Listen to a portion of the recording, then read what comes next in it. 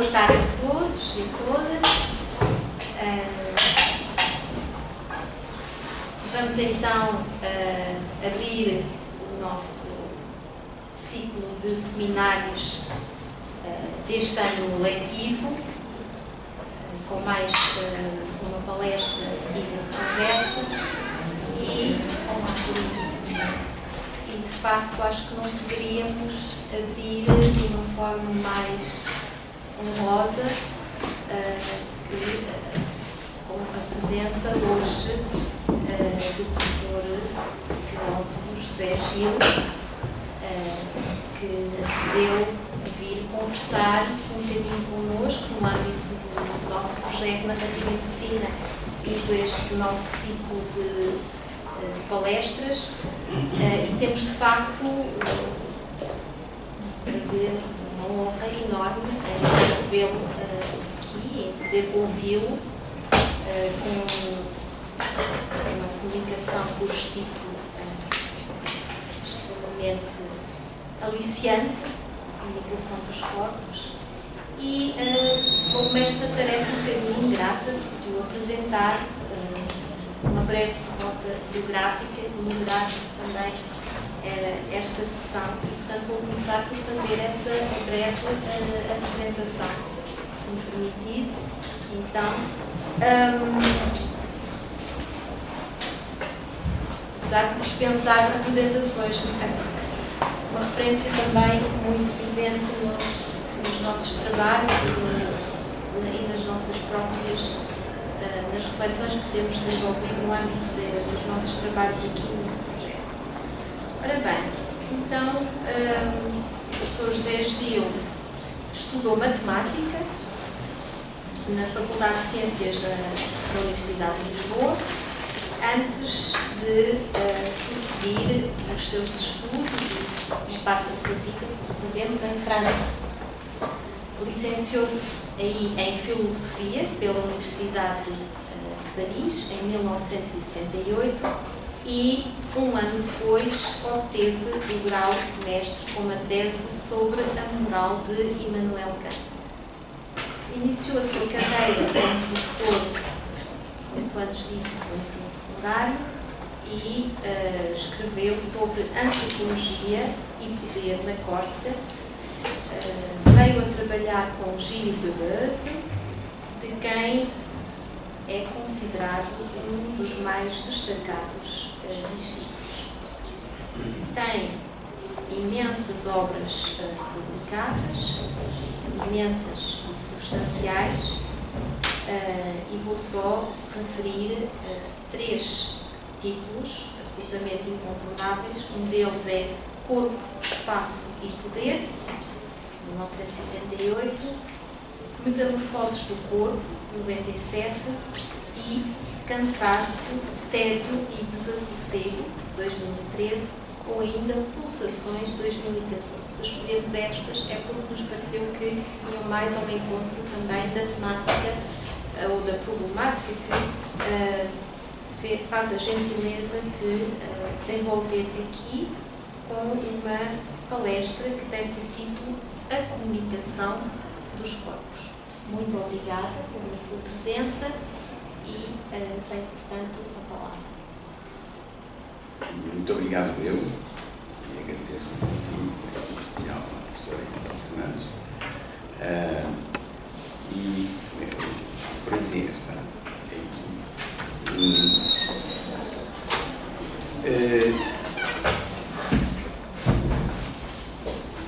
A minha, digamos, comunicação sobre a comunicação dos corpos será um bocado descontínuo, como vão ver. Eu vou começar por apresentar um bocado precisamente a problemática que me interessa e depois desvio. E vou dizer porquê.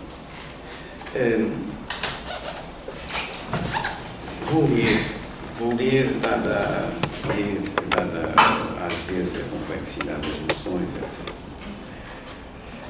O que são narrativas do corpo, entre aspas.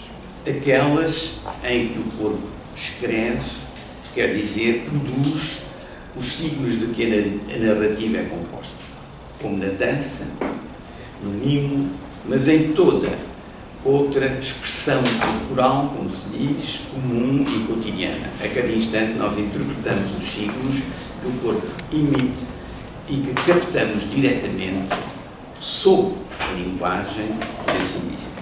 Esses signos organizam-se de modo particular, constituindo espécies de linguagens infraverbais. São eles próprios, muito diversos, desde o olhar, ou mesmo o sintoma somático, mais simples, desde esses simples signos às séries de toda a ordem, tal como se apresentam numa coreografia, por exemplo, de Merce Cunningham, o bailarino.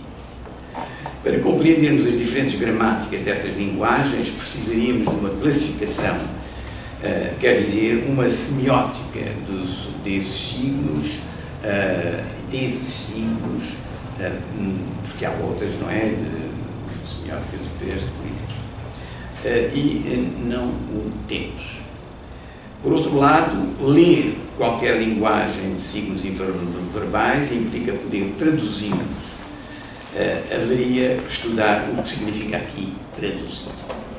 Limitar-nos-emos a examinar as condições gerais para que se forme uma sequência com sentido, uma narrativa, e essas condições gerais são, para mim, escolher, destaco dentro de outras, 3. A primeira é para que haja uma linguagem tem que haver um meio ou suporte, né? Como há um suporte da escrita. Ter-se que examinar o suporte a partir, por exemplo, precisamente de certos signos não verbais, como nos desenhos de criança. Ora, aí há uma notação extremamente interessante que eu quero referir do Dr. João dos Santos, psicanalista português, notável, pioneiro, que descobriu ao longo de experiências que ele teve, ele era pedopsiquiatra, entre outras coisas, o pedopsicanalista, ele descobriu que o desenho da criança, numa folha, reproduzia, mas de uma forma modificada, o espaço do corpo físico, do corpo próprio. E isto porque ele, não vou agora detalhar as experiências, mas as crianças não ultrapassavam, quando lhes propunham desenhos em folhas maiores que o corpo, nunca ultrapassavam a sua autoperceção do seu tamanho. E outras indicações. Aqui, isto é muito importante, porque significa que, então, se pudermos extrapolar que o espaço, por exemplo, o espaço da inscrição, aonde a inscrição dos gestos da dança é também um espaço que se refere ao espaço do corpo. E assim seguida para outras linguagens, onde aparece a importância deste suporte. Acho eu, não tenho tempo para o dizer, para o mostrar, é numa leitura de um ritual terapêutico primitivo, aonde se inscreve esta escrita da dança, dos gestos, dos gritos, da voz, do arfar, etc. A segunda condição geral para que haja sequência e combinação dos signos numa sequência o serem captados, e para serem captados é preciso supor uma certa ação da consciência. Sem consciência não há percepção de signos corporais. Mas a consciência que aí opera não é a consciência vigil. A consciência de si do objeto, segundo uma intencionalidade clara e distinta. Basta olhar para fenómenos onde a emissão e circulação de signos pelo corpo é intensa, como, por exemplo, nesses rituais onde há transe. O transe implica uma intensificação extraordinária. Porquê uma intensificação? Para constatar que o regime de consciência difere dessa consciência vigil.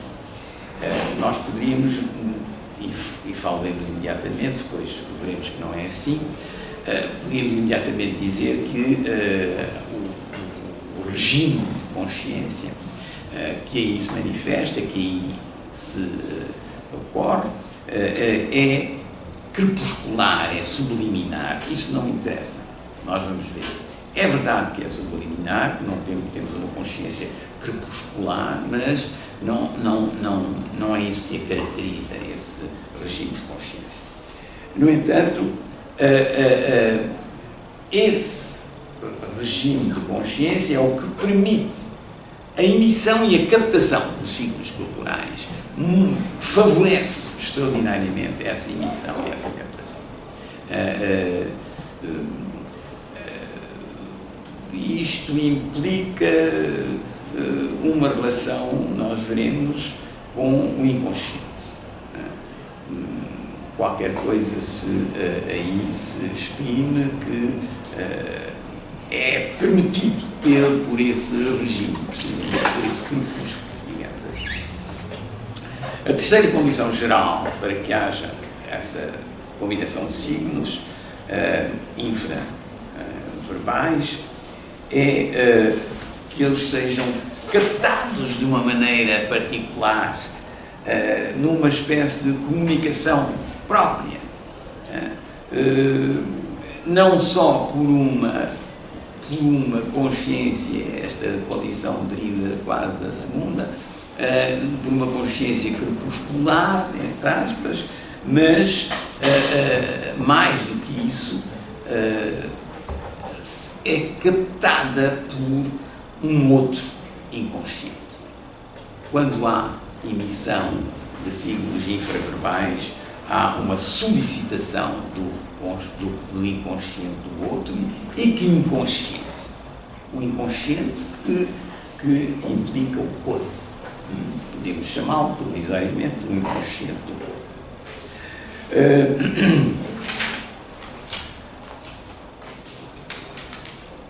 Isto são as condições gerais para que haja uma combinação.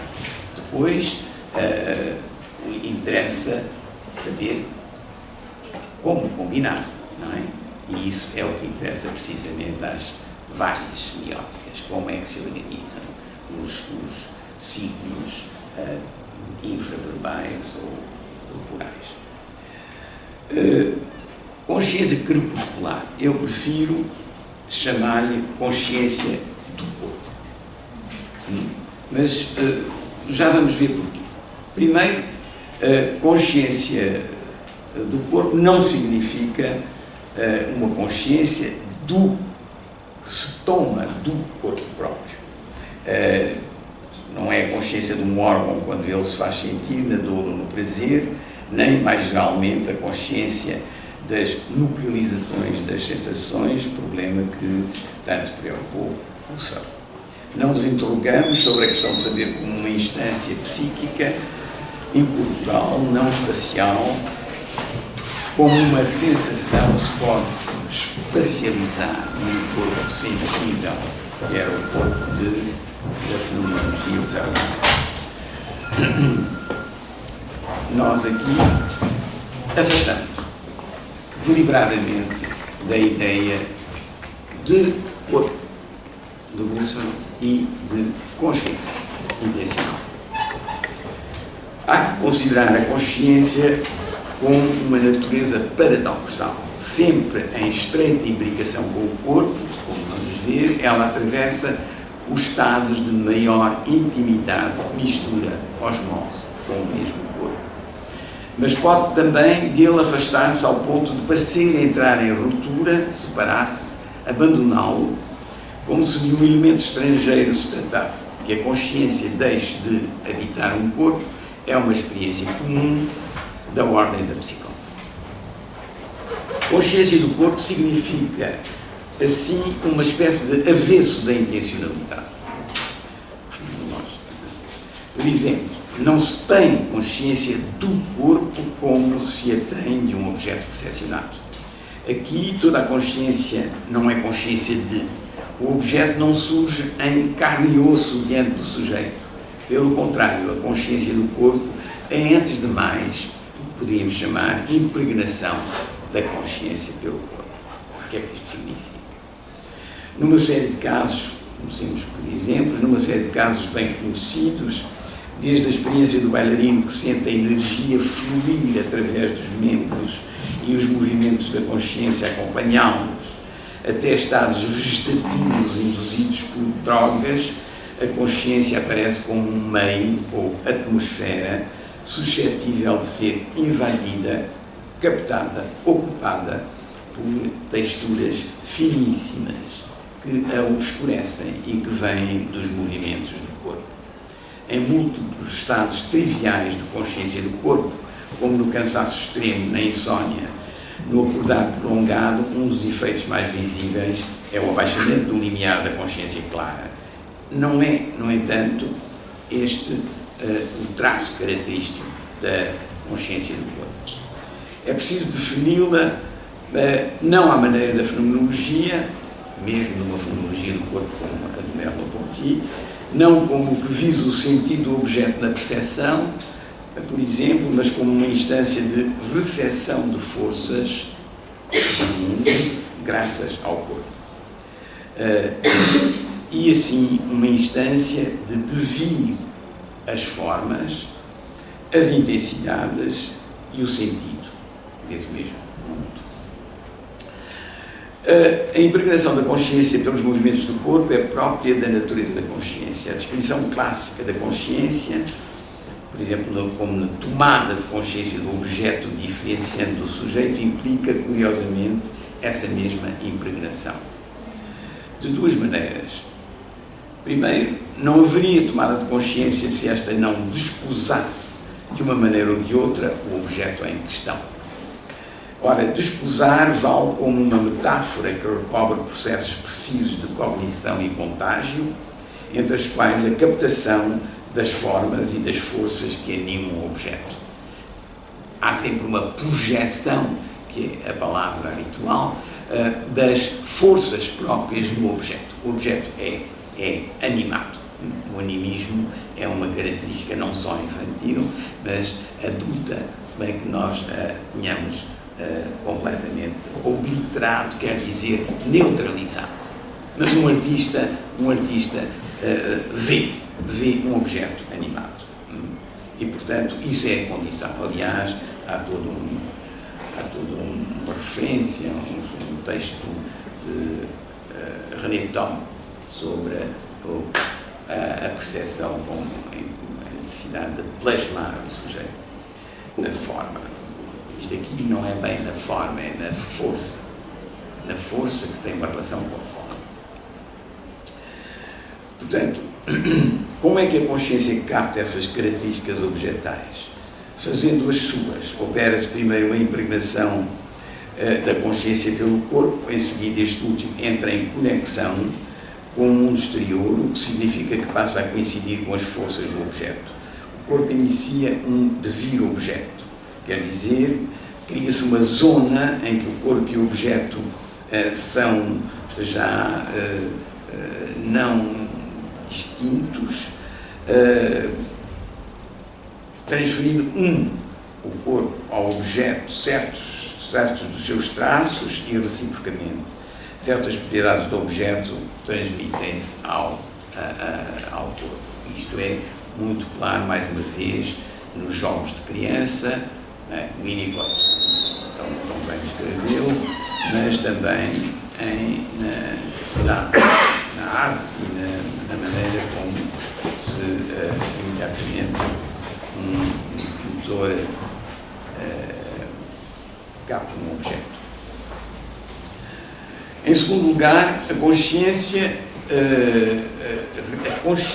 o tomar consciência, reenvia para algo que não é ela, para além dela.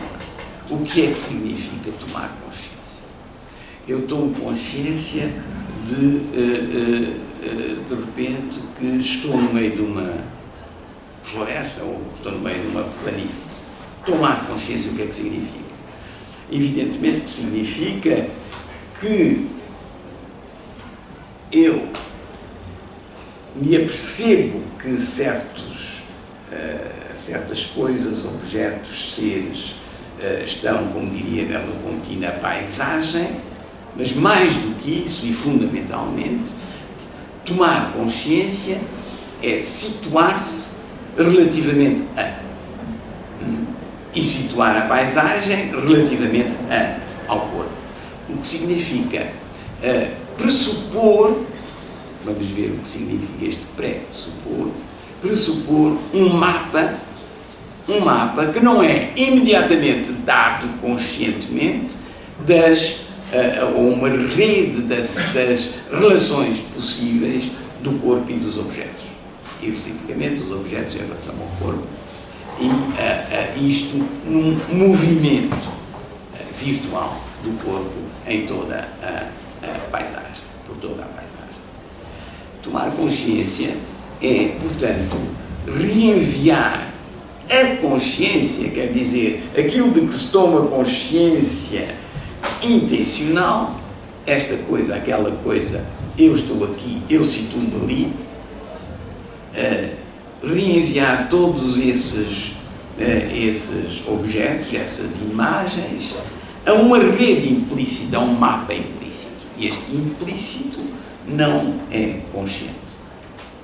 Portanto, tomar consciência é tomar que não se tem consciência de tudo. É a condição para que se tome consciência, é que haja esse mapa, e o tomar consciência é a tomada de consciência desse que eu estou inserido nesse mapa, neste exemplo da paisagem, por exemplo. Portanto, é tomar consciência de que há qualquer coisa mais do que o que é intencionalmente visado pela consciência. O que significa, nós veremos, que a consciência é esburacada. Nós estamos constantemente a cozer a consciência através de muita coisa. Isso é muito bem estudado nos tratados sobre a consciência, tratados tântricos e yógicos sobre a consciência. Eles têm tratados extraordinários sobre isso. Quer dizer, sobre a continuidade consciente da consciência, há um mapa que apela através da sua descontinuidade. Estou a falar da consciência. Como se opera a conexão do corpo que impregna a consciência com os seus movimentos com o mundo? Consideremos primeiro a noção de impregnação. Se ela existe, se existe uma consciência do corpo, que parece irrecusável, temos que admitir que nem a consciência nem o corpo constituem duas substâncias ou elementos opostos, que se definiriam por atributos contrários, como no caso da percepção cartesiana, aliás adotada por Husserl. Pelo contrário, uma tessitura comum atravessa os dois, qualquer coisa, o que quer que ela seja, para aceitar tal enunciado, é necessário inverter o ponto de vista da separação cartesiana de um corpo caracterizado por se situar no espaço e uma consciência incorporal. Por exemplo, se considerássemos a expressão movimento de pensamento. Eu aqui tomo um exemplo das notas de trabalho da Merleau-Ponty, mas penso-a diferentemente. Se nós considerássemos a expressão movimento de pensamento não como uma metáfora do movimento de um corpo físico no espaço, mas ao invés, tanto o primeiro como o segundo movimento, o físico e o do pensamento, como resultado, agora num registro ontológico, de um movimento de outra natureza, mais profundo e original que o movimento de uma coisa no espaço euclidiano, para não estar a dizer coisas que podem parecer fantasiosas, reenvio-os muito simplesmente para uma obsessão de múltiplos artistas, desde Duchamp a Pessoa. Não é por acaso que tantos artistas andaram à procura, bem ou mal, mas à procura daquilo que eles chamaram a quarta dimensão. Porquê uma quarta dimensão? Porque estas dimensões já não chegam. Porque é que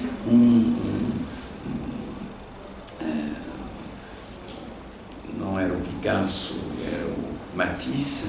Porque é que o Matisse diz que mas porquê dimensões? Os meus quadros não têm dimensões, nem têm N dimensões, estão entre as dimensões. O espaço que eu pinto. Bom, portanto, isto se bem que se levava a sério, claro. Vamos supor que estas outras dimensões implicam um movimento virtual, que não é determinado pela distância, mas que se atualiza. Ele é virtual, mas atualiza-se numa terceira dimensão, etc. E no tempo.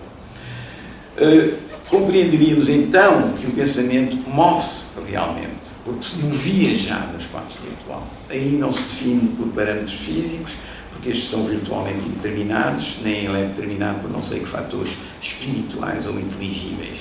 Digamos que a impregnação do pensamento pelos movimentos do corpo se opera num espaço virtual em que se atualizam ao mesmo tempo os movimentos corporais e os movimentos de pensamento. Teria que definir aqui o que é a virtual.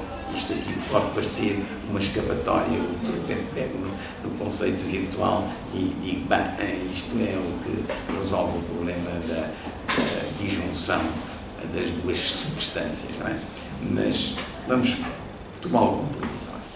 Numa imagem simples e simplificadora, diríamos que num estado de transe ou de grande intensidade, num estado de transe ou de grande intensidade de criação artística, por exemplo, quando a consciência se deixa invadir pelos movimentos do corpo, os dois elementos convergem, transformando-se para o espaço único em que a osmose se produzirá. É no mesmo processo de atualização do movimento virtual em movimento do corpo no espaço, em movimento de pensamento, que ocorre a impregnação pela consciência, da consciência pelo corpo. Só para referir, este momento de impregnação, um momento de conjunção, é um momento que Cunningham refere e tira da sua experiência enquanto bailarino, quando ele tem um texto notável dizendo que o bailarino procura toda a sua vida e dá a sua vida por alguns instantes só em que vive isso e é mais forte que o fogo de uma brasa, diz ele. Aqui é interessante pela intensidade que isso implica. Não só a consciência devém corpo de consciência. Numa imagem simples, a criação artística, quando a consciência se deixa invadir, é no mesmo processo de atualização do movimento virtual em movimento do corpo, no espaço e em movimento de pensamento, que ocorre essa impregnação.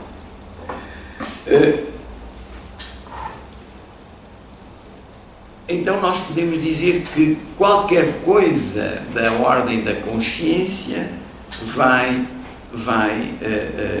invadir o corpo, já que há um devir que implica um movimento recíproco, em que o objeto se torna sujeito, o sujeito objeto, e já não há sujeito nem objeto. Não há sujeito nem objeto, mas não há sopa. Não há sopa psicótica. Nós estamos na confusão. A prova disso é que nesses momentos tem-se o estilo mais puro de Cunningham. Nesses momentos o artista atinge a sua linguagem mais singular. É o contrário da sopa. A consciência do corpo comporta assim dois regimes, um que resulta da transformação da consciência vigil intencional e outro que decorre da mutação do corpo, que se torna uma espécie de órgão de captação das mais finas vibrações do mundo das coisas. O primeiro regime, que diz respeito propriamente à consciência, constitui o lado obscuro da intencionalidade. Merleau-Ponty referia-se a miúdo à componente irrefletida da consciência, por onde ela mergulhava as suas raízes no corpo. O que chamamos avesso da intencionalidade ou consciência do corpo é de outra ordem. Primeiro, não se tem como referência a consciência reflexiva, não se tratando de uma obscuridade fruto da perda ou negação das propriedades da reflexão, com uma clareza ou distinção. Em segundo lugar, trata-se sim de uma diferença da própria tessitura da consciência. Deixar vir ao de cima, dar pregnância ao que na consciência intencional habitual está sempre presente a todo o instante, mas os movimentos do corpo foram ofuscados pela claridade da lumen natural. Eis o que significa fazer passar a consciência do corpo para o primeiro plano da consciência. Todas estas transformações a que se submete a consciência, os diferentes regimes por que passa, exigem dela uma definição em termos muito diferentes da reflexividade ou da intencionalidade. Importa insistir na ideia de que a consciência do corpo não nasce de uma operação que modifica o regime normal da consciência, mas que constitui uma espécie de regime subjacente a todo o estado de consciência, mesmo da mais pura consciência reflexiva. Não há consciência sem consciência do corpo. Não há consciência sem que os movimentos corporais intervenham nos movimentos da consciência. O avesso obscuro da consciência clara revela simplesmente na mudança de escala e na mudança de intensidade. É esta a característica do que nós chamamos, para começar, a consciência subliminar ou crepuscular. É a intensidade e a escala que é o traço característico da nova consciência. Para que a consciência para a consciência que a consciência tem de si, não há buracos, mas uma continuidade ininterrupta, uma corrente de consciência sempre preenchida por percepções, imagens, impressões, sensações, pensamentos, volições, etc. Se fosse possível aplicar um microscópio eletrónico a essa corrente, aumentando muito a escala média dos elementos que a percorrem, que é afinal o que faz a criança ou certos psicóticos, obteríamos uma duração esburacada, uma descontinuidade de tal maneira lacunar que a imagem original da corrente de consciência se tornaria irreconhecível. Resumindo, a consciência intencional ou reflexiva é de facto intervalar, e nos intervalos sucedem-se movimentos corporais tão rápidos que passam despercebidos. Assim, a consciência do corpo torna-se evidente quando se aumenta a escala dos seus objetos. Ela deixa de ter objetos, cessando, como vimos, de ser consciência de. Perde progressivamente a sua intencionalidade dirigida para o mundo fenoménico, para adquirir poderes diferentes que abrem a um outro mundo. É o caso do transe, por exemplo. A consciência é agora atravessada por movimentos intensos. Nós podemos então dizer, há qualquer coisa, isto é uma metáfora para começar, que o próprio corpo se torna consciência, qualquer coisa do corpo passa a ser sensível e ter uma consciência, medindo o próprio corpo se torna consciente e mede. Por exemplo, Merleau-Ponty, só para recorrer a este exemplo, Merleau-Ponty falava nas practognósias.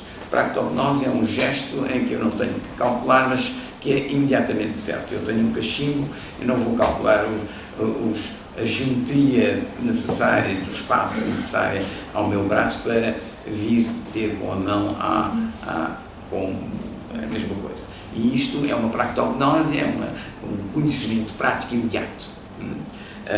Ora, a consciência do corpo, nesse estado de transe, a consciência do corpo, a consciência torna-se uma espécie de corpo, porque ela própria não tem que calcular, ela própria imediatamente é o que vai dar a possibilidade de tanta estratégia e tanto mecanismo para fazer passar forças na magia, na feitiçaria. A feitiçaria é uma questão extremamente importante, a que Lévi-Strauss se dedicou vários, como sabem, vários ensaios, mas que não foi muito mais além e que está por estudar. Há muito poucos livros. Por exemplo, um feiticeiro, pode-se saber, um feiticeiro adivinha, salta por sequências de causalidade. A sua relação da causa e efeito é uma relação que não é dita racional, porque ele não segue as causalidades científicas que tornariam racional a relação entre, por exemplo, proferir uma praga e a pessoa aparecer doente, a quem eu, ou a magia de que fala Artaud, por exemplo, constantemente, a saber, os vermes infectam os Estados Unidos da América. Bom, essa relação imediata é a relação do corpo-consciência. Comecemos por um traço importante. O corpo-consciência caracteriza-se pela sua hiperexcitabilidade. É possível, mesmo provável, que esta se desenvolva sensorialmente, afetando o conjunto dos órgãos sensoriais. A hiperexcitabilidade do corpo, neste regime, leva a múltiplas transferências modais. As mãos de uma vidente, por exemplo, veem, o olhar toca, a música torna-se visão. Em muitos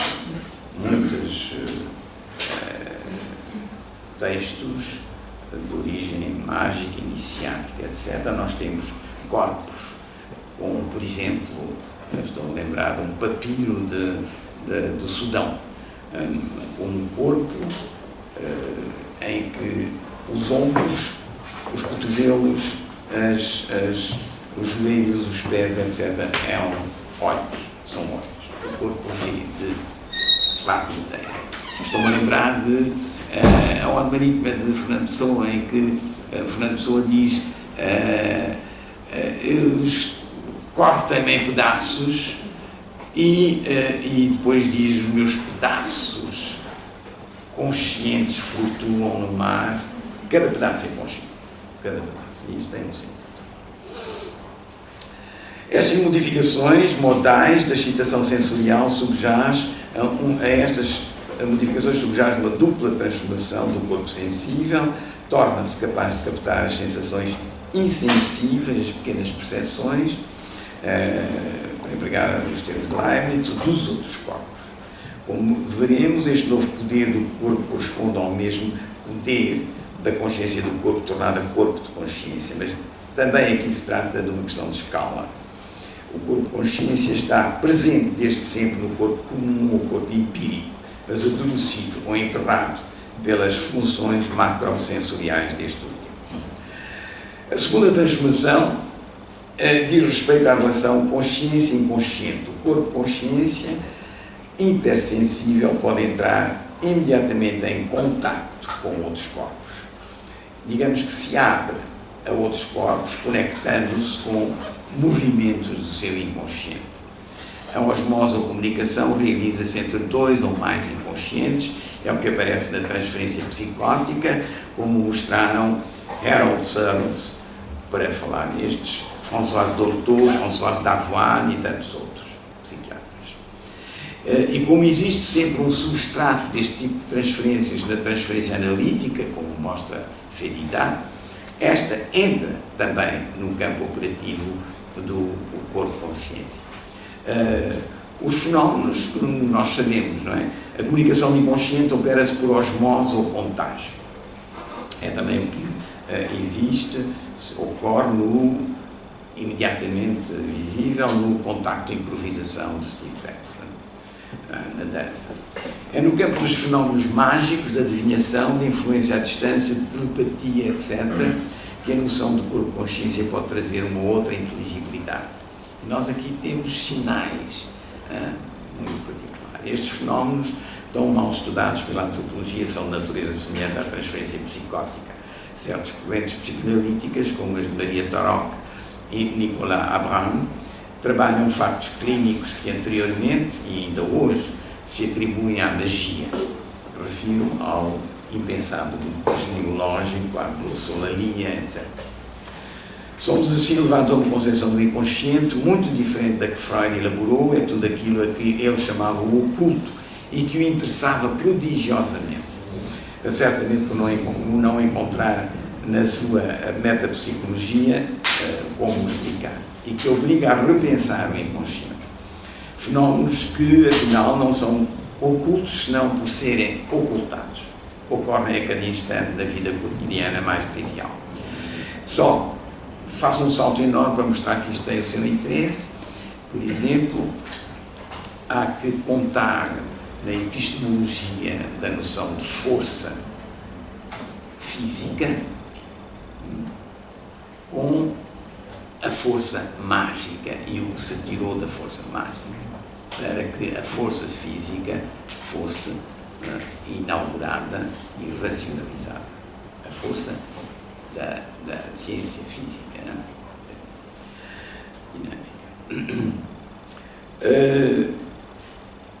Por exemplo, fenómenos, eu estou a dizer que estes fenómenos são dos mais correntes da vida mais trivial. Eu vou dar um exemplo, um caso banal em vários países do Mediterrâneo e em Portugal. Uma massagista com poderes de evidência. Pelo contacto das mãos na pele e dos músculos do paciente, ela vê quem lhe lançou invejas de que o seu corpo lhe dá sinais através de pequenas percepções que ao massajar. Descreve então as pessoas que ela nunca viu e que correspondem exatamente a conhecimentos próximos da paciente. A paciente diz, bom, é esta pessoa e esta pessoa que eu conheço. E ela não sabe. Fenómenos deste tipo acontecem muitas vezes em escolas de dança moderna e contemporânea que praticam técnicas avançadas de desestruturação dos movimentos corporais. Uma explicação científica racional desta comunicação de inconscientes implicaria a sequência seguinte. A hipersensibilidade da massagista registra movimentos do corpo da paciente normalmente indetectáveis, quer dizer, não sentidos pela consciência comum. Transmitidos ao cérebro, são descodificados e traduzidos em imagens, as imagens das pessoas que lançaram um mau olhado. Esta hipótese reduz a carga mágica dita do fenómeno. Resta compreender como os movimentos do corpo são percepcionados pelas mãos da massagista e como as imagens das pessoas se inscrevem no corpo através dos movimentos. A percepção de movimentos imperceptíveis é explicável pela captação das pequenas percepções pelo corpo-consciência da massagista. Quanto ao modo como a influência do mau olhar, por exemplo, se inscreve no corpo e como essa inscrição implica a codificação de imagens em movimentos, é tarefa para um estudo sem dúvida transdisciplinar e que recorreria sem dúvida às neurociências. Lembremos apenas que a codificação de imagens em movimentos corporais, sensório-motores, não parece muito diferente daquela codificação amodal de que fala Daniel Stern, que permite aos bebés reconhecerem com um sentido a vista, por exemplo, um objeto de que só obtiveram até ali sons. Também aqui um operador a modal abstrato transformaria, codificando e descodificando os movimentos das imagens em movimentos corporais e inversamente. Bem, eu estou a chegar às 6 horas e estou em menos de metade. Portanto, não, mas não vale a pena estar, não vou falar 2 horas, as pessoas ficam narcotizadas. Como é que eu posso aqui dizer? O que é que eu estou a fazer? Eu estou a analisar condições gerais para a produção de ciclos infraverbais. Quer dizer que estas noções aqui que eu estou a apresentar vão ter uma importância num estudo sobre a gênese dos signos, desde numa taxonomia necessária dos signos infraverbais. Portanto, é a gênese, o que é uma gênese de um signo e como é que ela aparece. É tudo isto que, para tudo isso que o que eu estou a dizer sobre comunicação de inconscientes, surgimento de signos infraverbais imperceptíveis, que são quase forças na magia, por exemplo, na feitiçaria, como se inscreve no corpo, como é captado, etc. Tudo isto vai ter importância. Eu, a seguir, não, realmente, como é que eu ia dizer?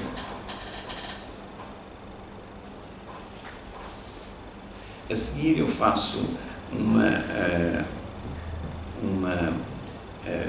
descrição daquilo que eu chamo o corpo espectral. O corpo espectral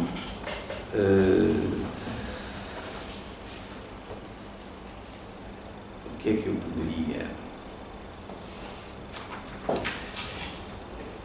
É um corpo que vamos lá, que é produzido pelo movimento do corpo, pode ser mesmo produzido numa imagem do corpo, como a imagem consciente do corpo de Dom Thomas, que é diferente, e que nós transportamos sempre e transportamos mesmo no tal espaço de suporte da comunicação. Isto aproxima-se muito do que o Dom Thomas diz sobre a imagem consciente do corpo. É uma produção de um duplo ou de vários duplos do corpo que implicam, primeiro, a fixação de um investimento sobre os órgãos e sobre a figura do corpo. Em segundo lugar, é a fixação do desejo, como diz o Dom Thomas. Em segundo lugar, o duplo do corpo é um duplo para comunicar. Isto também é Doltiano, podemos dizer. É para comunicar, é um espaço de comunicação. Terceiro ponto, o corpo espectral é um corpo necessariamente sempre incompleto, deformado, mutilado. Quer dizer que quando eu estou a falar com alguém, por exemplo, a falar pela linguagem, há um inconsciente da linguagem, porque eu não posso falar agora, esse inconsciente da linguagem traz consigo, arrasta consigo uma imagem, segundo do corpo inconsciente, mas que eu chamo um corpo espectral. Quer dizer, qualquer coisa que não é dito, que passa através daqueles buracos da consciência e a que eu chamo um contorno do silêncio. Quer dizer que o silêncio fala. O silêncio fala, o que é uma banalidade dizer, mas como é que ele fala? Ele fala por entre as palavras. É um contorno intervalar.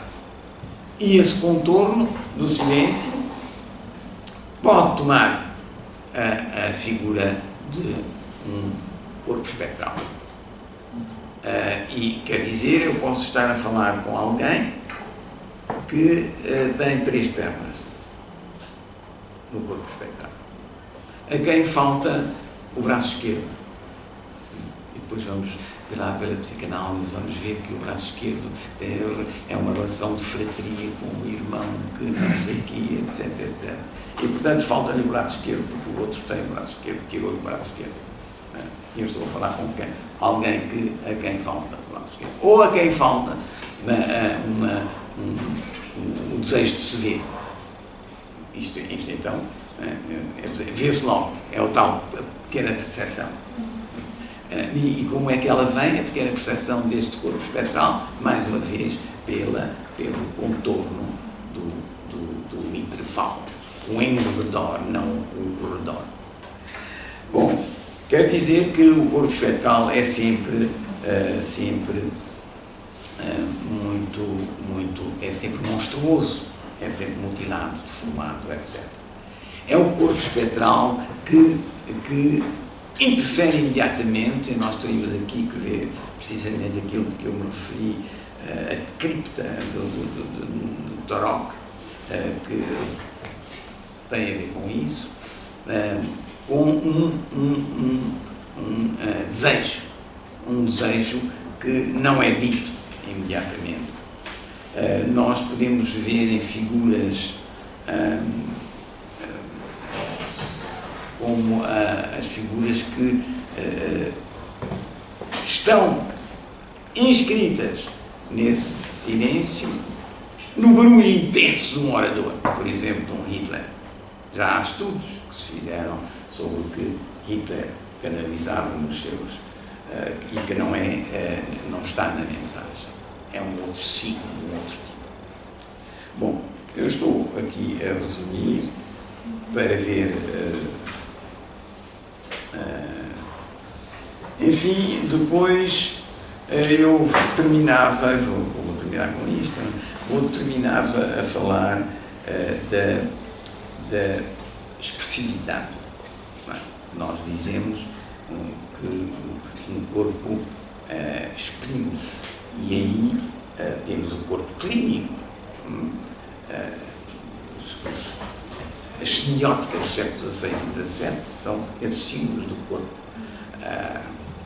da medicina. Depois eu discutia a questão da expressão do corpo, e a partir de uma frase muito conhecida de Martha Graham, coreógrafa americana, que dizia: o corpo não mente. Bom, o corpo não mente, toda a gente está de acordo, e no entanto nós sabemos que o corpo mente. Então, em que é que o corpo não mente? Quer dizer que há diversas possibilidades de exprimir, diversas maneiras de exprimir. Quando eu escondo, mesmo quando eu escondo, o meu corpo revela. É o que Martha Graham quer dizer. E o meu corpo revela através das pequenas percepções, aquelas percepções para lá do mínimo visível. Não é? São insensíveis e invisíveis. Como dizia Leibniz. Isto é muito importante, porque não são as pequenas, mínimas percepções. Não é? São as percepções mesmo inconscientes.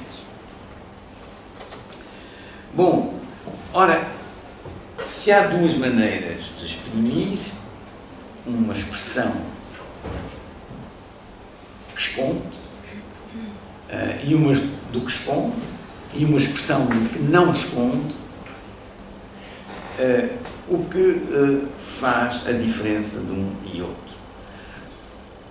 Cunningham, para continuar com o coreógrafo, dizia que quando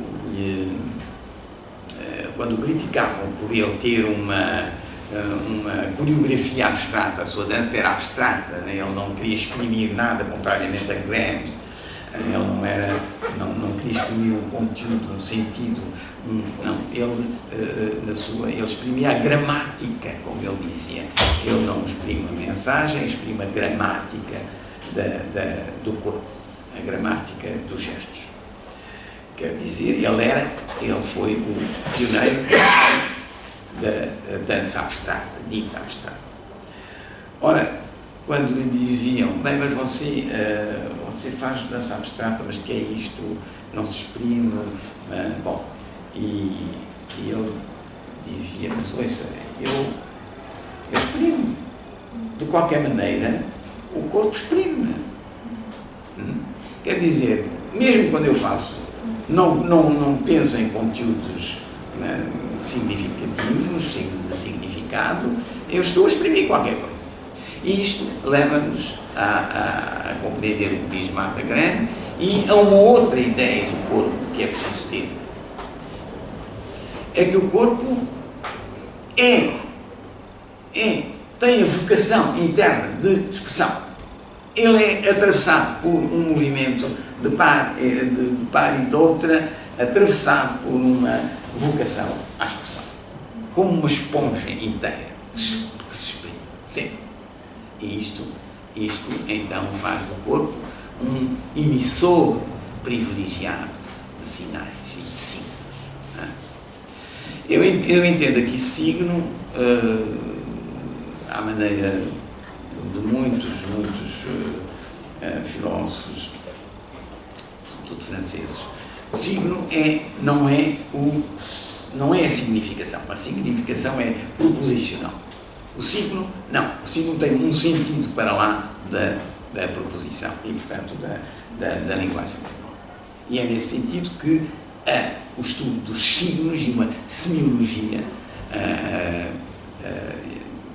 desses signos verbais e não verbais é extremamente importante para saber o que é uma linguagem corporal. Enfim, eu terminava por me perguntar porque é que a expressão interessa tanto a um estudo de uma genética, de uma gênese destes signos, como é que eles se formam, para quem eles se formam, em que espaço se formam. E, pegando naquela diferença entre o corpo que esconde e exprime e o corpo que exprime imediatamente, eu ia para a ideia de abertura do corpo. Quer dizer que aquilo que faz o corpo quando esconde é fechar-se. O que é que faz o corpo quando se abre é exprimir-se. Exprimir a tal verdade do corpo do que fala Graham.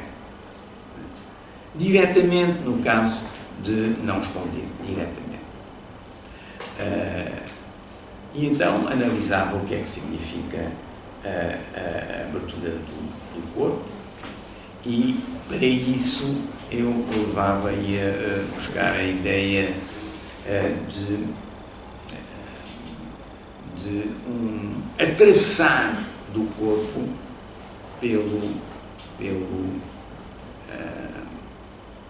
por uma força de expressão afetiva. E a abertura do corpo tem que ser descrita de forma a que, precisamente nesse atravessar do corpo do afeto, a superfície do corpo, a pele, passa a ser afetiva. A própria pele passa a ser. Mas isso teria que ver. Ora, tudo isto tem importância, mais uma vez, para a natureza do signo e para a comunicação e a leitura desses signos. Por exemplo, a leitura de um corpo que esconde não é da mesma ordem que a leitura de um corpo que não esconde. E isto implica, mais uma vez, comunicação de inconscientes, contagem. Quer dizer, ler um corpo implica uma performance. Não se lê um corpo unicamente traduzindo em linguagem verbal. Ler um corpo é exprimir ao lado de um corpo como esse corpo, no mesmo regime que esse corpo. Quer dizer que a linguagem infraverbal, não verbal, implica e exige uma leitura não verbal. Se é uma linguagem de ação, exige ação. Se é uma linguagem de afeto, é claro que tudo o resto é, e sempre, e desde tradução. Eu posso traduzir em linguagem verbal. Não é? Mas não é esse. E isto é muito importante para determinar a natureza desse signo. Por exemplo, para determinar,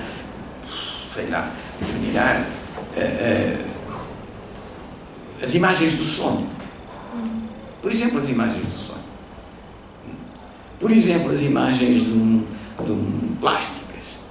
Porque é que estas imagens do sonho, imagens de um quadro, encerram tanta intensidade afetiva?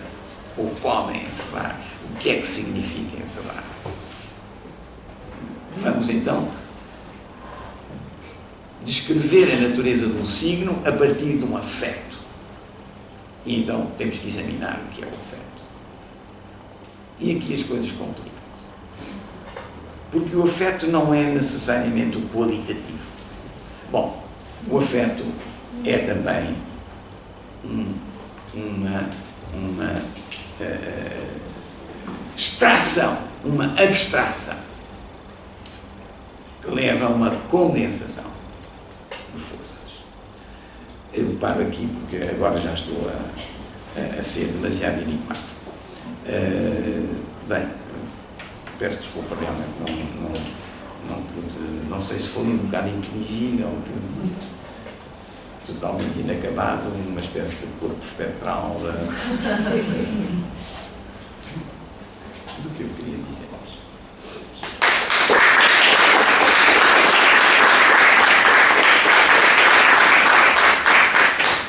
Que tipo de linguagem serão as fontes neste caso? São uma linguagem. São. Coração, de certa forma. Mas é uma linguagem verbal. Não é uma linguagem corporal. Bom, é assim, nós de facto estamos, para já estamos muito agradecidos por nos ter introduzido nesta dinâmica complexa do corpo e do pensamento e da relação entre corpo e pensamento, que tem toda uma gramática, não é? Ao mesmo tempo uma sintaxe, uma semântica, e nos ter também dado todas estas noções que são extremamente, não sei se são herméticas, são muito precisas e se calhar preciosas também para todos nós. E não sei se vai haver questões, vamos abrir então o debate, se não se importar de responder aqui, com certeza, conversar um bocadinho connosco. Sim, a professora Isabel Fernandes. Eu fiquei muito entusiasmada com a sua comunicação porque vai ao encontro de algumas preocupações que para mim vêm de trás, porque eu fiz o meu doutoramento sobre T.H. Lawrence, e Lawrence preocupa-se muito com estas questões, não é? Inclusivamente ele inventou, só que ele achava, porque era escritor, que podia ler o corpo através da linguagem verbal. E foi isso que ele tentou fazer nos seus romances. Foi, através de uma espécie de hiperbolização das reações físicas, gerar personagens que, aos olhos dos seus contemporâneos, apareciam como irracionais, como não razoáveis nas suas reações, mas que era aquilo que interessava, porque aquilo que interessava não era o que os personagens sentiam, ou o que elas conheciam, ou o que elas sabiam, portanto não era a sua consciência mental, mas era aquilo que ele chamou a sua essência, a sua blood consciousness. Ele usava a expressão blood consciousness.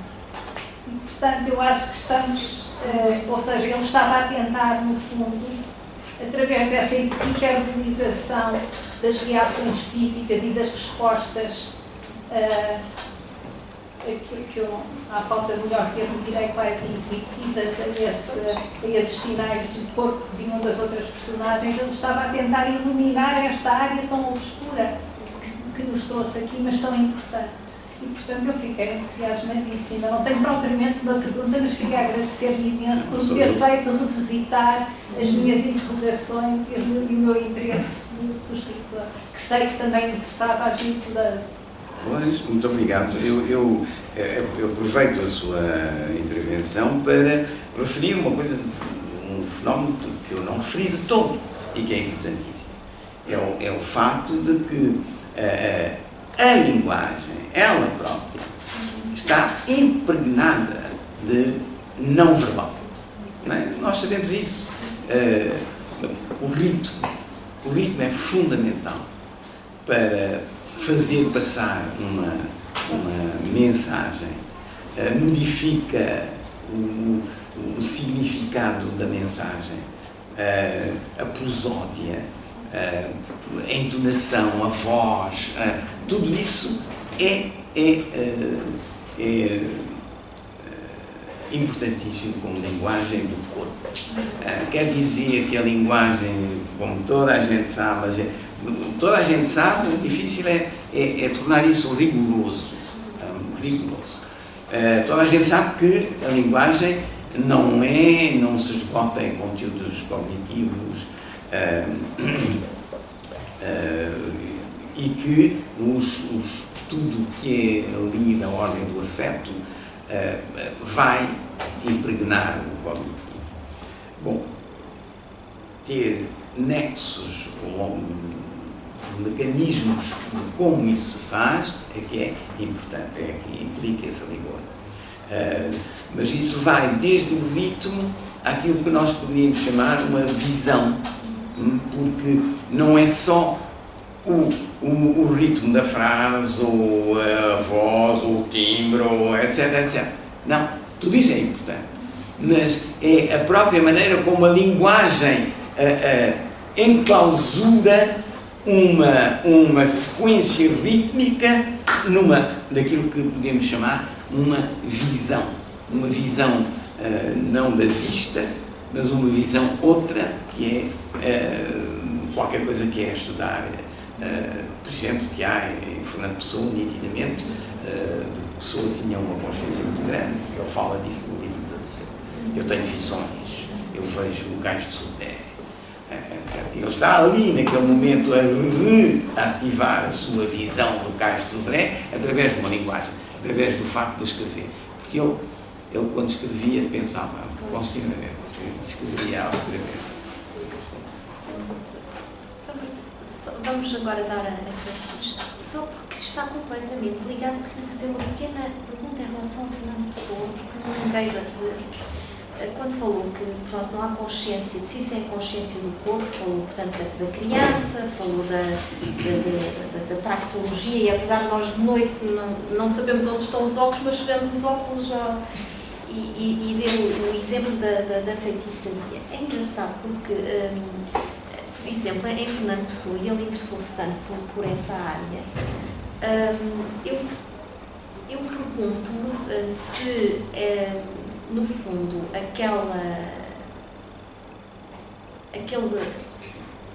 aquele estilhaçamento, fala muitas vezes, o universo estilhaçado, etc., como o feiticeiro também não tem, salta por cima dessas sequências ou dessas causalidades racionais, perguntava-me se, afinal, a inspiração de Fernando Pessoa não seria antes um fenómeno de hiperlucidez.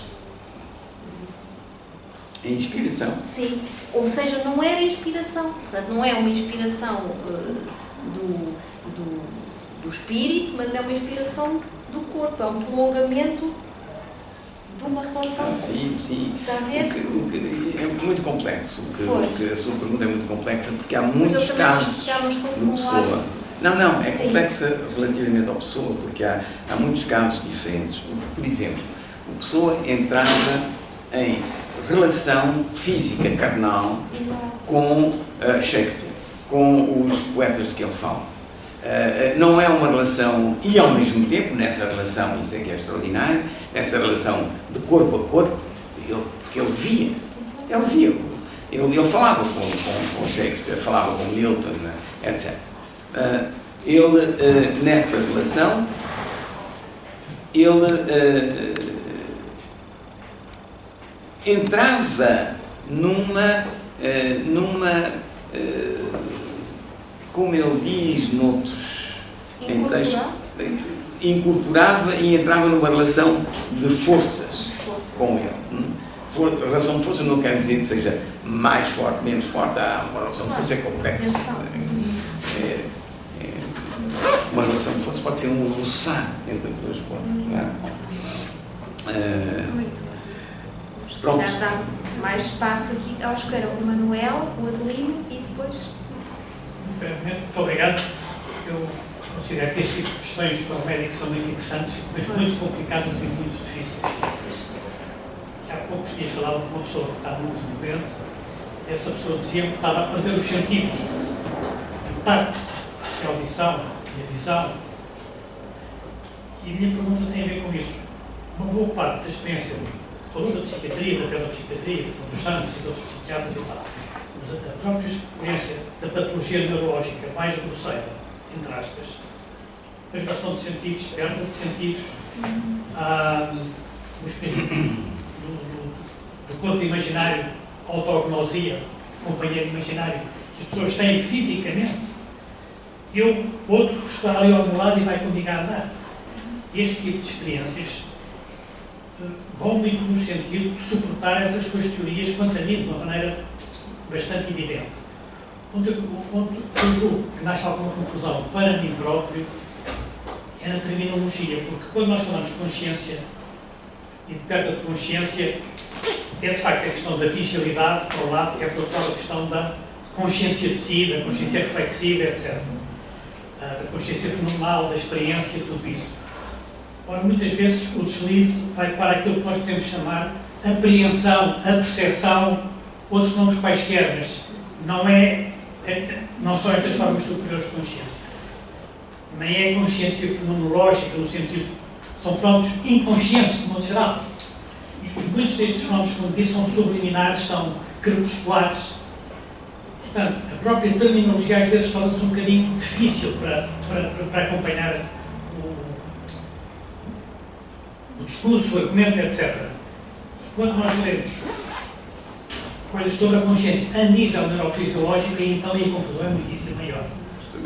Portanto, eu penso que há aqui um problema de linguagem difícil de definir, e certamente se estamos a falar de fenómenos subconscientes e conscientes, crepusculares e tal, a palavra consciência não parece a boa ferramenta.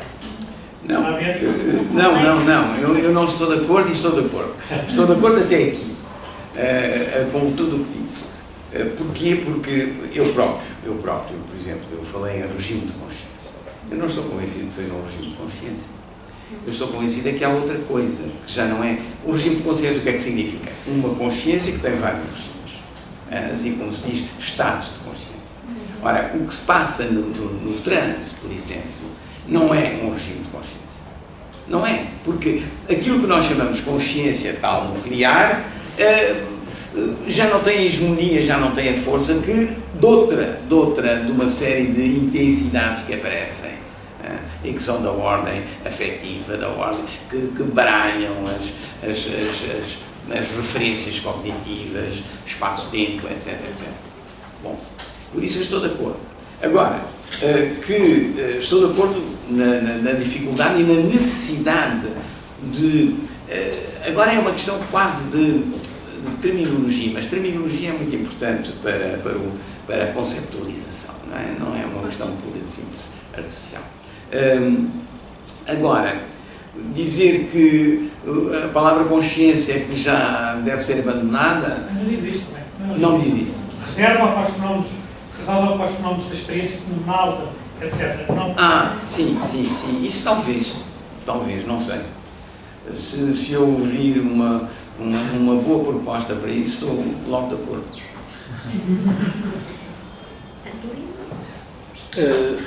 Acompanhá-lo, que eu De facto, também agradeço muito a sua apresentação, mas não é fácil acompanhá-lo e queria fazer-lhe uma pergunta relativamente a um aspecto que me deixou algo perplexo e que tem a ver também com o modo como terminou e não explicitou, que tem a ver com a afirmação que julgo ter ouvido de que o afeto é de algum modo abstrato. E a minha pergunta é se não estamos perante uma manifestação primordial em que ser afetado, a tua afecção, se não estamos, portanto, o que eu exprimo é uma perplexidade perante essa sua afirmação, que não entendi com certeza. Pois, eu posso responder-lhe com uma referência, duas referências. A primeira é livresca. Tem num livro extraordinário, no meu entender, um livro dos melhores livros sobre o corpo que eu tenho lido há muito tempo, de um canadiano que possivelmente conhece, Brian Massumi, e tem um livro que se chama Parables for the Virtual, para o virtual, parábolas para o virtual. Um livro notável, absolutamente notável. O primeiro capítulo é sobre o afeto abstrato. Portanto, é umas 40 páginas que eu lhe reenvio, que é notável o que ele diz sobre o afeto abstrato. A segunda referência que eu daria é que nós não temos que ir a ver o que diz tão inteligentemente o Brian Massumi. Basta-nos olhar um bocado para o Fernando Pessoa. Né? O Fernando Pessoa já falava nas emoções abstratas, nas sensações abstratas. E mais, não era só falar. Ele tem um mecanismo rigorosíssimo, né? Melhor do que muitos psicólogos dão, para mostrar como se tornava uma sensação e uma emoção abstrata, já que a sensação é o cruzamento de uma emoção e uma cognição, segundo o professor. Não digo não. Portanto, agora, eu posso lhe expor o que o Pessoa diz. É aqueles textos maravilhosos do sensacionismo sobre a sensação tal qual, segundo a sensação intelectualizada, que dá tipicamente a sensação estética. Terceiro, a intelectualização da sensação, que a parte a torna abstrata, etc. É maravilhoso isso. Lamento não poder ser mais obrigado. Mas este livro do Massumi dá-lhe uma resposta muito boa, rigorosíssimo, extremamente fundamentado em todos os últimos conhecimentos da neurociências, da psicologia experimental, etc. Todo isso, tem isso tudo no Massumi. Eu também agradeço a sua apresentação e eu, como estudante de filosofia desta casa, permito-me distanciar um bocadinho da filosofia, apesar de tudo, porque venho de outra área agora e acho que se complementa muito bem. Eu trabalho como psicoterapeuta por dança no movimento, fiz a formação em Londres e algumas coisas que isso foi relacionando com esta minha prática. E de facto, quer dizer, já há temáticas do corpo e do movimento, só que exigem uma grande especialidade, passam mesmo por formações de observação e análise do movimento, quase diárias, durante 2 anos, com acompanhamento clínico, com supervisão clínica e com teorias clínicas por trás. Portanto, estas gramáticas são gramáticas que já vêm muitos da dança, que um dos grandes criadores da grande gramática da dança-terapia, que agora é também psicoterapia, é o Laban, que era um arquiteto alemão, que achava que a música tinha registros como solfejo, era muito fácil registrar ritmos de música, não há para o movimento. E ele fez isso. De modo que são estes instrumentos que ficaram depois para a CGT e para a ergonomia da modo que usar isto depois associando às emoções e à comunicação simbólica no espaço terapêutico é o que faz a terapia. E também concordo com o professor Manuel que há palavras que podem ser usadas que são, por exemplo, esquema corporal. Esquema corporal interno, cada um, poderá corresponder ou não ao corpo espectral, etc. Também às vezes é fragmentado, conforme as pessoas são psicóticas. Há também a própria noção de própria percepção, de que faz bom talvez juntar já estas ideias de consciência que podem estar às vezes um bocado ainda, apesar de tudo, ainda um bocado separadas à maneira cartesiana. E depois, quando se fala em há movimentos que são imperceptíveis, há até que ponto é que depende também do olhar de quem olha. Não é? Quando há um treino, há todo um treino já muito rigoroso para a formação em psicoterapia por movimento simbólico, a pessoa que está treinada vê esses tais movimentos que poderão ser do âmbito do mágico para quem não tem esse treino. E portanto, é interessante ver, fiquei a pensar, quando falou há a dimensão reflexiva e depois a inconsciente, quase no campo mágico, parece que há só estas duas grandes áreas em que o corpo ou é muito reflexivo e está mais ligado à razão, ou entra por uma área do corpuscular. Então, exatamente, não é. E aí temos uma área de transição. Vamos pôr estas grandes áreas, que apesar de tudo foram esboçadas aqui. E há uma área de transição em que o terapeuta treinado lê o corpo constantemente, lê a comunicação e lê se nessa comunicação, porque também tem que estar consciente dos movimentos que faz e tem que estar consciente daquilo que o afeta em termos de transferências, etc. De modo que há uma passagem, como diz, de forças, vamos chamar de um toque de imaginários. São linguagens, neste caso eu acho que sim, acho que são. E vamos ser ao Jung que fala em imaginário coletivo. E nesse caso, a comunicação não verbal não tem nada de mágica ou de feitiçaria, mas passa de uma partilha cultural ou não, de imaginários que nós partilhamos, mesmo que não sejam muito explícitos. Eu vou dar só um exemplo. Eu trabalhei 3 anos como doente com movimento e ia-me despedir dela e ia regressar para Portugal e eu tive um sonho em que havia vestida com um vestido de flores e acordei, achando que era interessantíssimo, porque toda a nossa terapia, uma mulher com abuso sexual, ela usava calças e ligava muito isso à necessidade de defesa do outro. E, de alguma maneira, este sonho do vestido com flores é um símbolo do trabalho em relação a assumir a sua feminilidade, usar a sua história, etc. E quando cheguei à sessão, que era a última, ela disse, sabe Isabel, Isabel, eu comprei o vestido de flores, porque acho que agora sou capaz de assumir o meu corpo de mulher, estar em paz com a minha história. E é aqui neste momento em que o meu sonho se cruza com o facto dela de ter comprado um vestido de flores, que há aqui este toque de imaginários ou de realidades. E são coisas que acontecem muito em psicoterapia. E eu acho que há um cuidado em dizer que isso é do âmbito mágico, do feiticeiro, é do âmbito de uma hiperconsciência de quem trabalhou este diálogo de tal maneira que todos estes 5 princípios ficaram entre nós.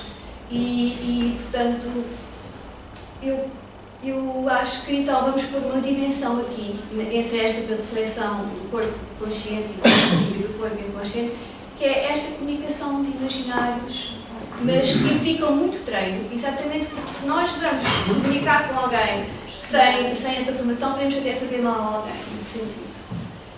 Pronto, é só isso. Muito obrigado, eu não tenho nada a dizer, certo, mas também acho que não tem importância, certo que, bom, eu queria só dizer, para não haver, não sei se está de acordo, é só no fundo para explicitar que a notação de von Laban e as outras não são gramáticas, não confundir notações coreógrafas com gramáticas, é outra coisa. Gramática de uma linguagem coreográfica não é uma notação. Bom, em segundo lugar, o corpo espectral de que eu falo não tem nada a ver com, ou tem, mas não é o esquema corporal. Se eu referi a imagem consciente do corpo, é porque a doutor faz uma diferença radical entre a imagem consciente e inconsciente do corpo e esquema corporal.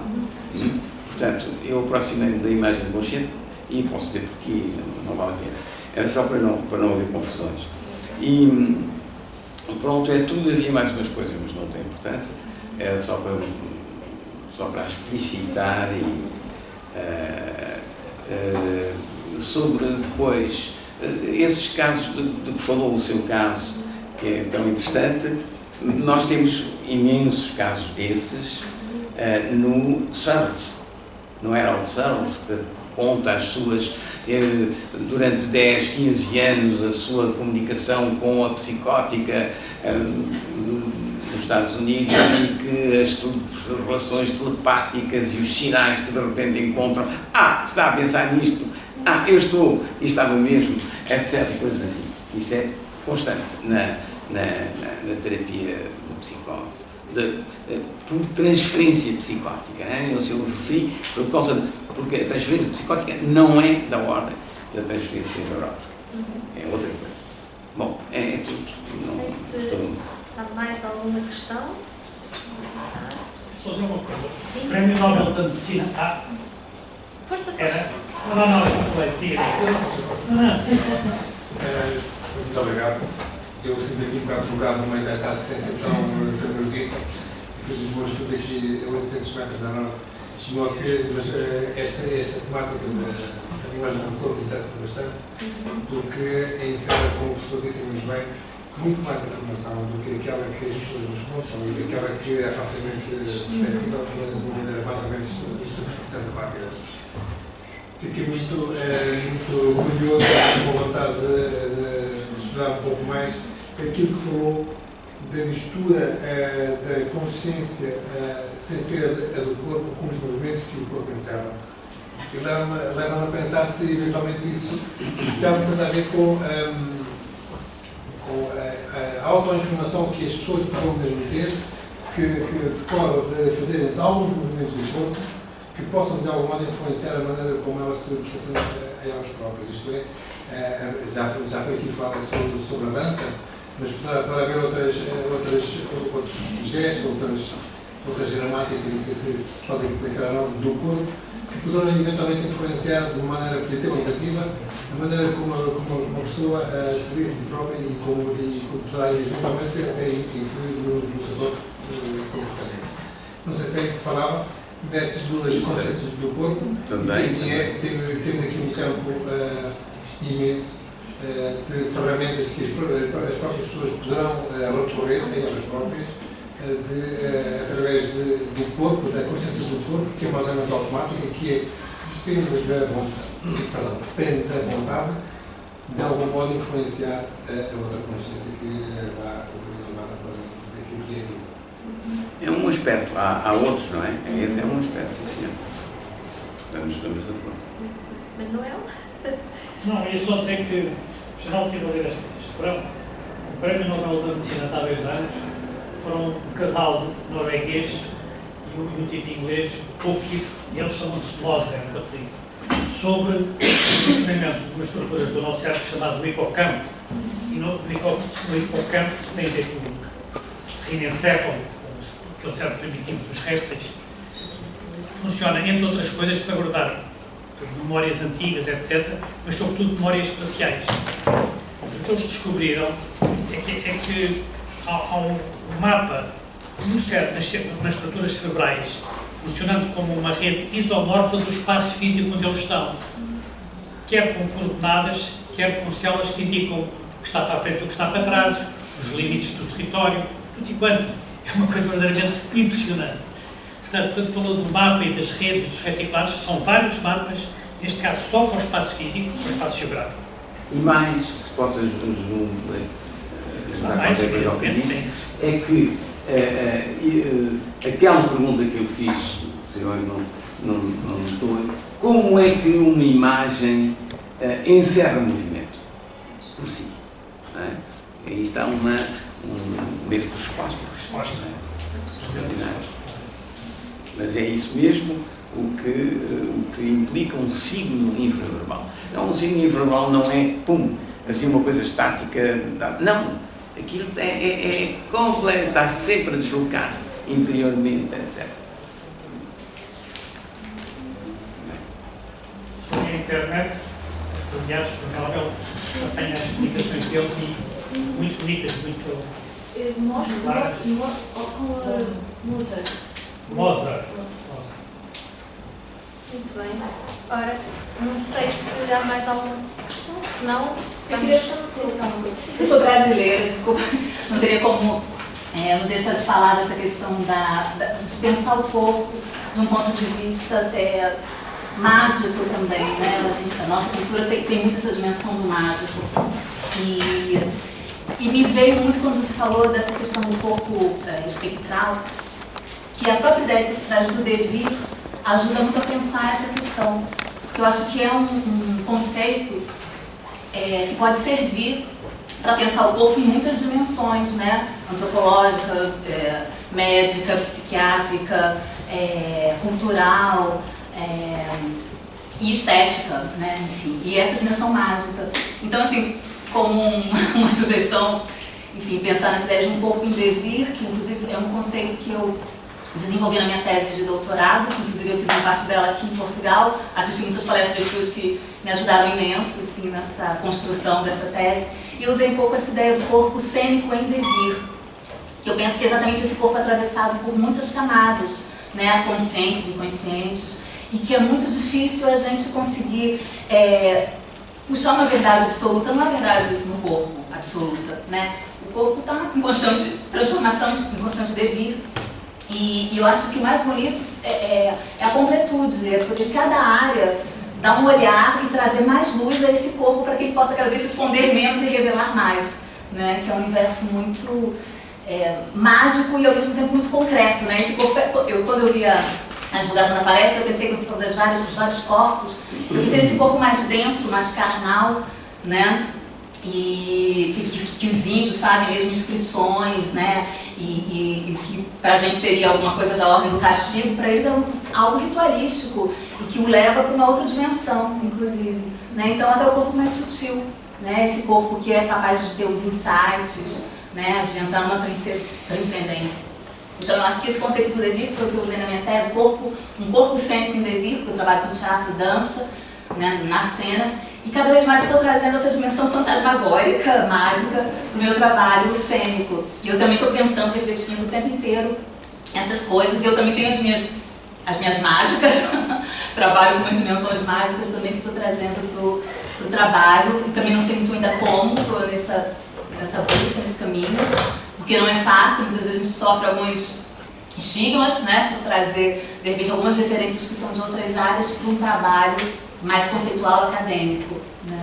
Então, enfim, é um caminho desafiador e eu queria agradecer mais uma vez porque também me abriu muitas ideias. Eu aproveito a sua... Peço desculpa só um minuto, um segundo não, mas... para dizer o seguinte que eu queria dizer a propósito da sua intervenção. Eu acho que não devemos desprezar aquilo que agora falo na antropologia para dar um certo prestígio, uma certa autoridade a esse saber, aquilo que se chama magia. Magia, feitiçaria, tudo isso é absolutamente excluído do saber. Não, mas espera, eu não quero falar de si, eu estou a falar de outras coisas.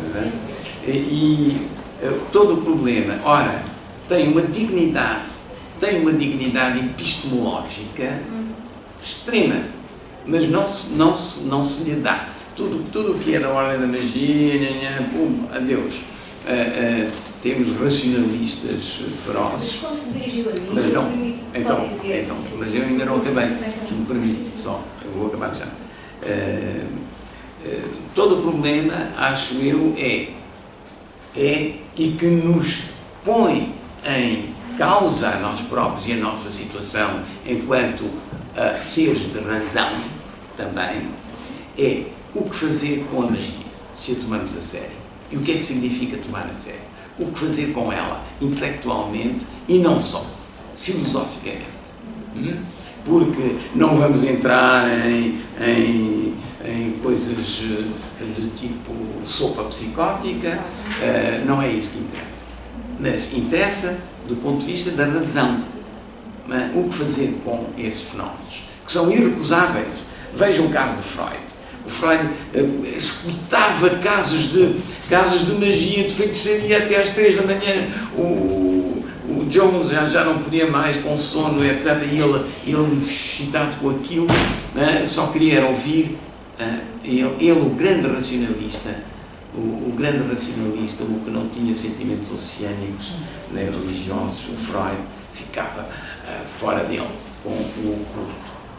Trabalhei no grupo de psiquiatria e psicologia transcultural, que são exatamente com casos desses africanos em Portugal, psicóticos, que eram tratados neste grupo, exatamente porque havia essa abordagem transcultural que entrava em comunicação com a linguagem deles e com esse sistema de valores.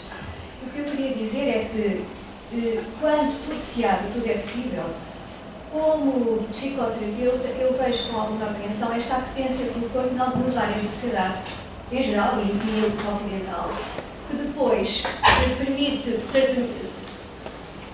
chamar-se terapêutica coisas que não são terapêuticas, poderá ser outra abordagem, que exige um treino e uma contenção de supervisão clínica, que depois poderá não haver, quando se usa a palavra terapêutico, corpo terapêutico. Isso é muito perigoso e eu fiquei muito apreensiva quando recebi o anúncio do curso sobre a preparação para intervenções terapêuticas com expressões de corpo, porque é preciso preparação para fazer isso e para dar isso.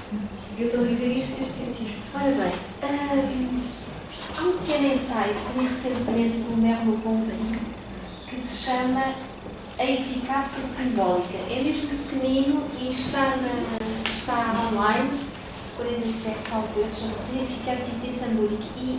É o mesmo tipo do Lévi-Strauss. O que é que eu acabei de dizer? Não disse isso. Meu Deus, eu queria dizer Lévi-Strauss. Exatamente, Lévi-Strauss. Estamos a falar de antropologia, como são dois nomes com quem eu tenho lidado ultimamente, justamente porque estava a tentar uma espécie de quarta dimensão que agora não fazem. Que também surge, por exemplo, do fenómeno da tradução. E acho que pode ser uma leitura também para esse ensaio de 47 Mas já agora, esse ensaio foi extremamente criticado. Porquê que foi criticado? Quando é um ensaio genial. Luminoso. Genial, mudou a maneira como se via fenómenos, ou como se descreviam e se liam fenómenos de feitiçaria. Exatamente. Bom, mas hoje é de um racionalismo que já não se aceita. E porquê é que não se aceita? Porque todo o material, houve etnólogos que voltaram aos Cunha. Aquilo é um ritual dos Cunha, é um ritual para uma parturiente ter um bebê mais facilmente, etc. E o Holmes, um sueco, o Lévi-Strauss vai analisar os dados do Holmes, vai analisar e chega a conclusões extraordinárias, vendo que, por exemplo, mostrando que o mito